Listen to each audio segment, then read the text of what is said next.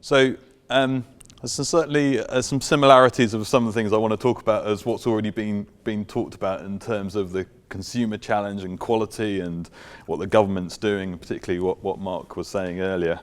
And how are we going to actually really ensure that quality going forward? And what is the role of non-state actors in this? Is it government? Is it industry? And how can these non-state actors, such as BRE, support industry to be able to deliver these challenges? So, a bit of a timeline where things have been and gone in terms of housing standards. So, period of 97 to 2010, we had quite large government, had things like Climate Change Act, had zero carbon homes and devolution and all that kind of thing, and government really trying to get quite into the nitty-gritty detail of actually how these homes should be built.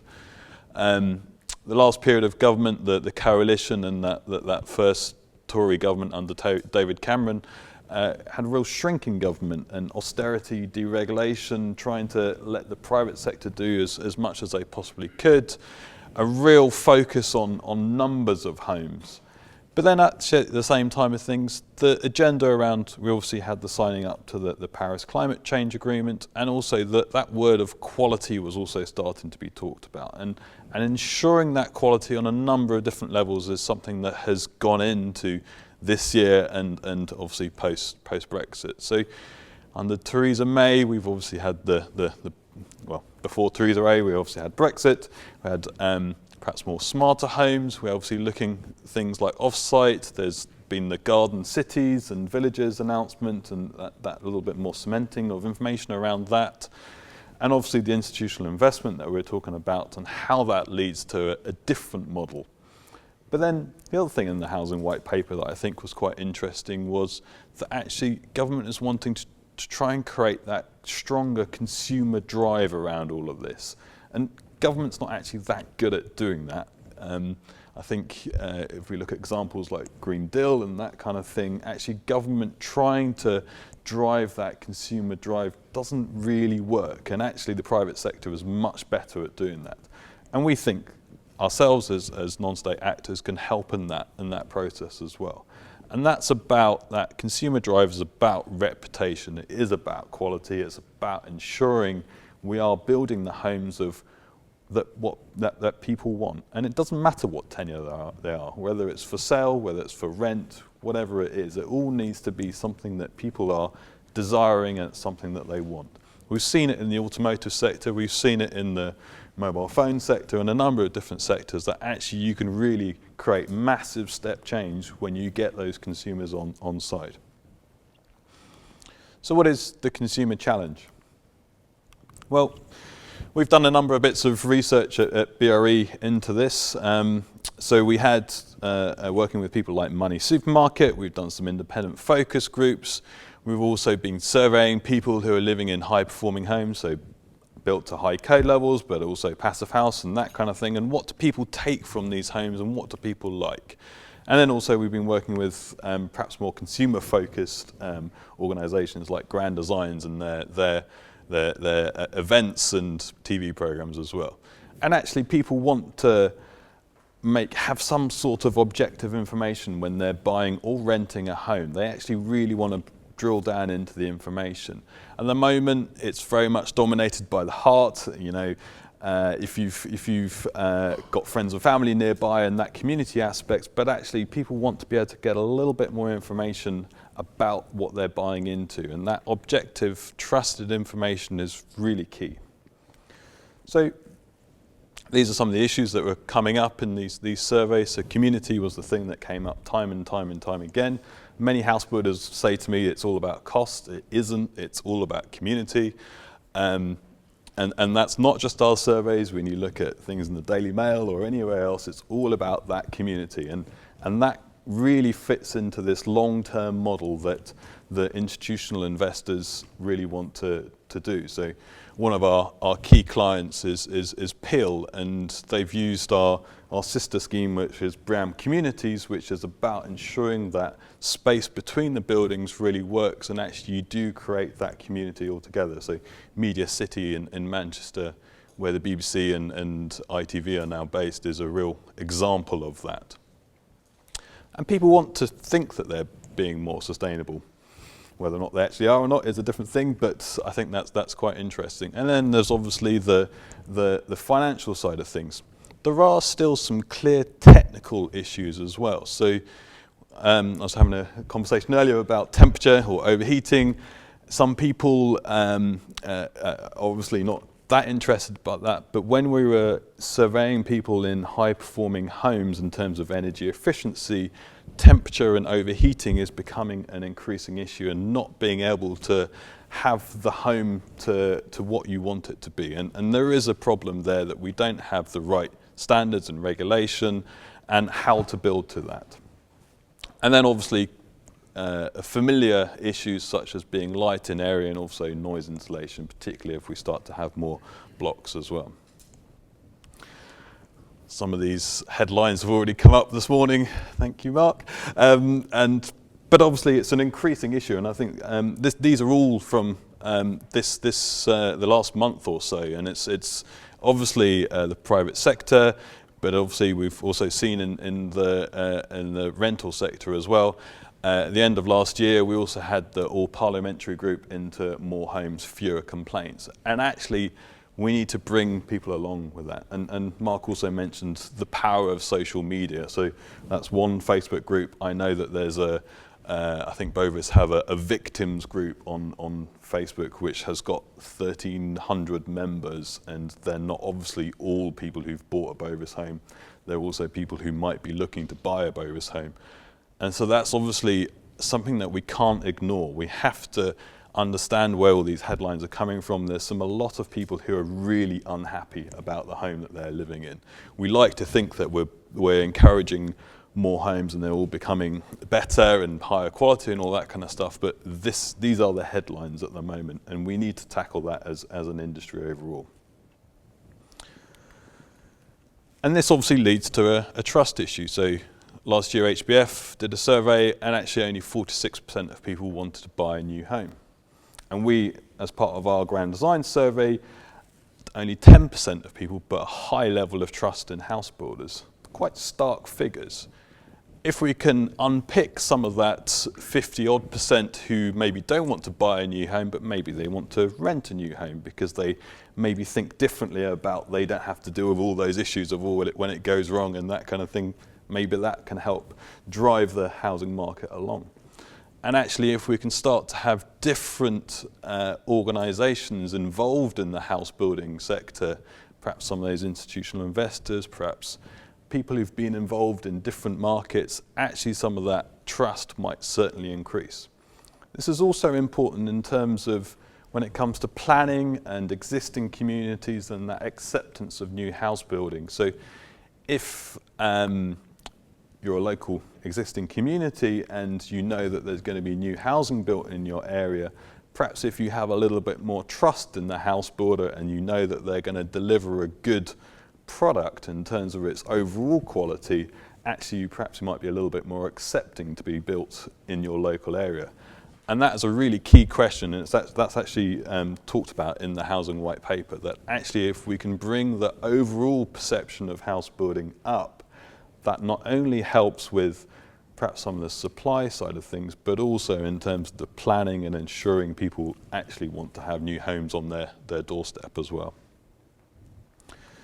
So on the other side of things, so we're obviously developing the home quality mark, and we believe that independent labels actually plays a key part in this and helping to draw this all together.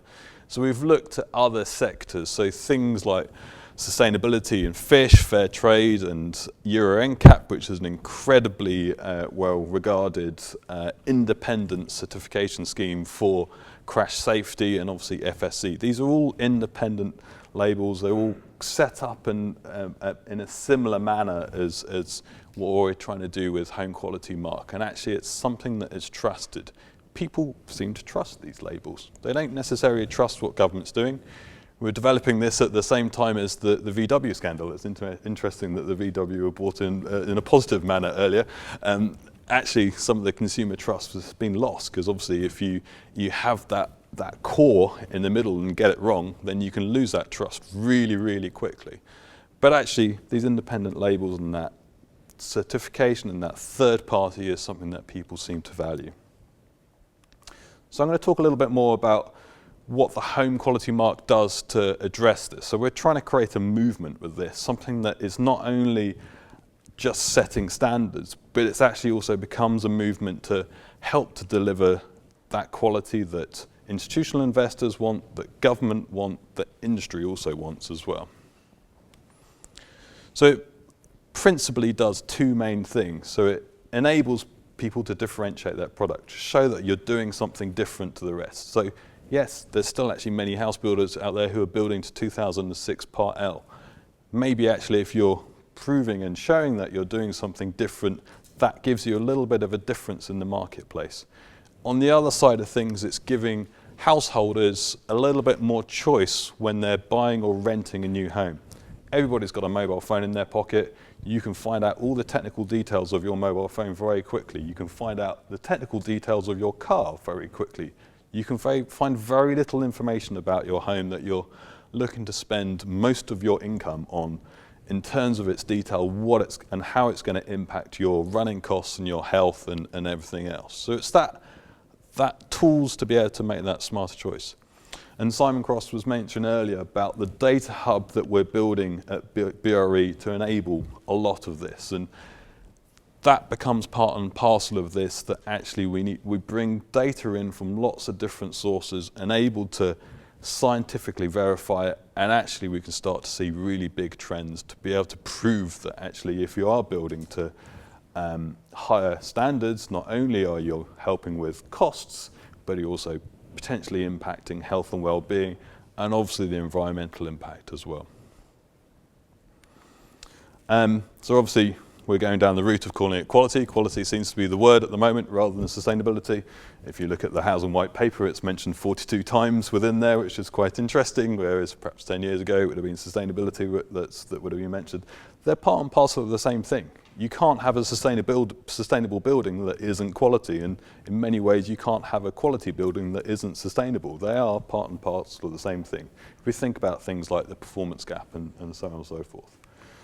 So what Home Quality Mark does is it has that overall rating of quality, and then it has three key indicators, one on running costs, one on health and well-being, and the final area on environmental footprint. These indicators become the drivers for it. So the running cost indicator is something that we're talking to the financial sector about.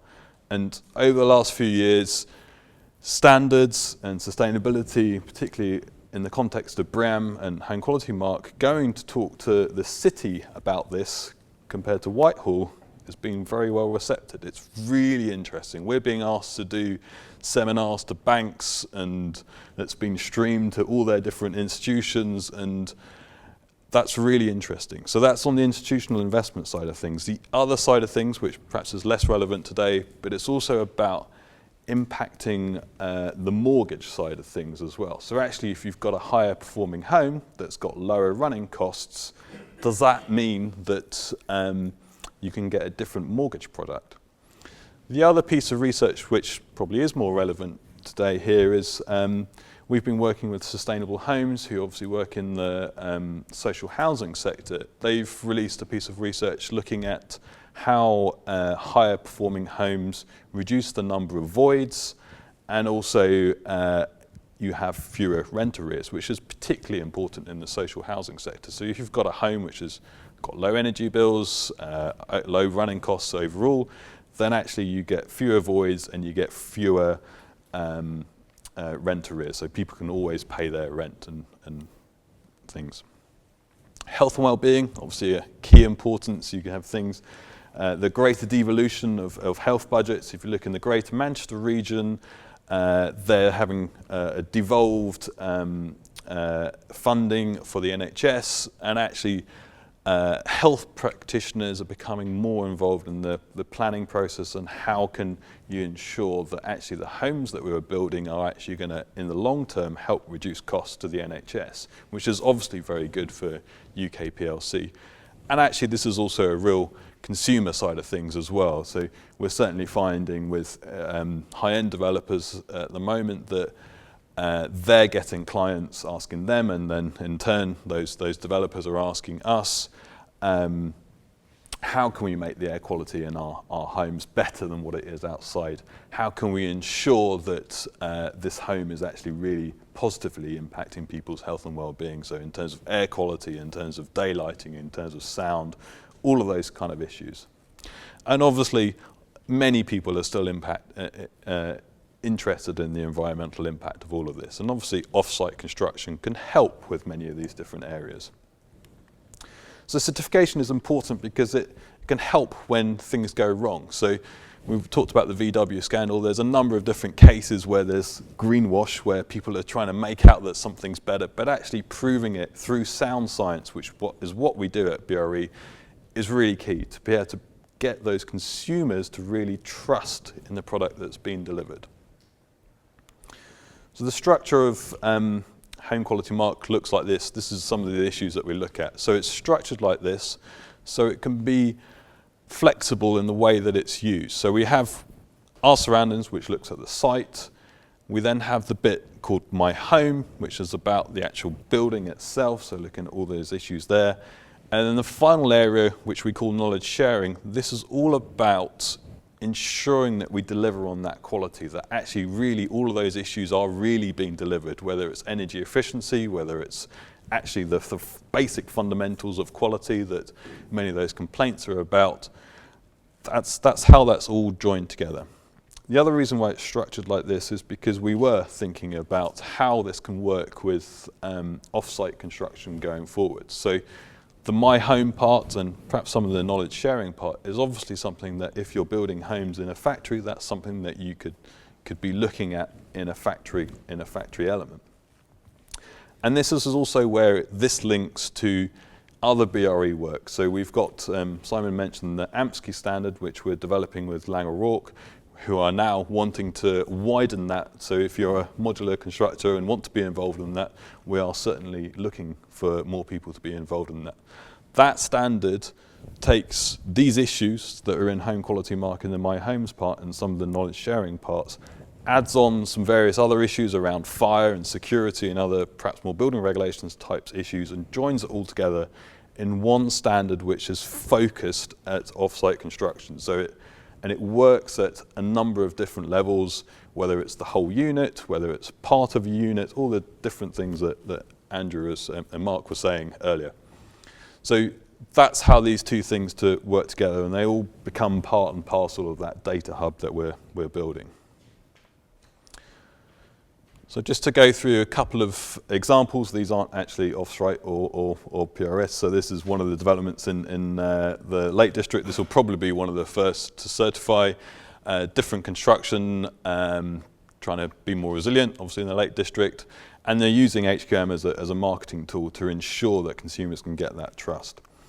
Perhaps more relevant, this is a PRS tower, I understand.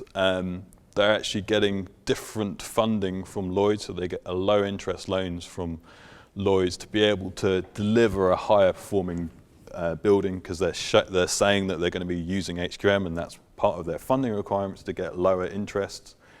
And that's obviously just up the road in Hemel Hempstead, and there's increasing number of examples of that. These are some of the other examples. So HSBC, like the independent certification, because it helps them make more binary decisions about investment, particularly into smaller developers. On the perhaps more consumer side, you might have seen Paula Higgins from the Homeowners Alliance talking a lot in the newspapers about how we can ensure that consumers are really getting that reassurance. And obviously that Oliver Heath, from the TV presenter, ensuring that the health and well-being side of things is also really important. So where are we now? We've got 11,000 homes registered. I would say that there's probably a good proportion of those, probably just under a third, no, just under a quarter, which are PRS. There's certainly a number of towers in London that our PRS develops. There's obviously some social housing, and there's high-end luxury, individual units, flats, all across England at the moment. We are trying to ensure that we get the consumer pull as much as possible. So we're doing a lot of work in the national press. These are some of the examples. I was actually on the Daily Mail online yesterday, and I think there was an article in the Metro yesterday as well. So trying to ensure that the general public is aware about this standard and it's something that people can start to trust. Thank you very much.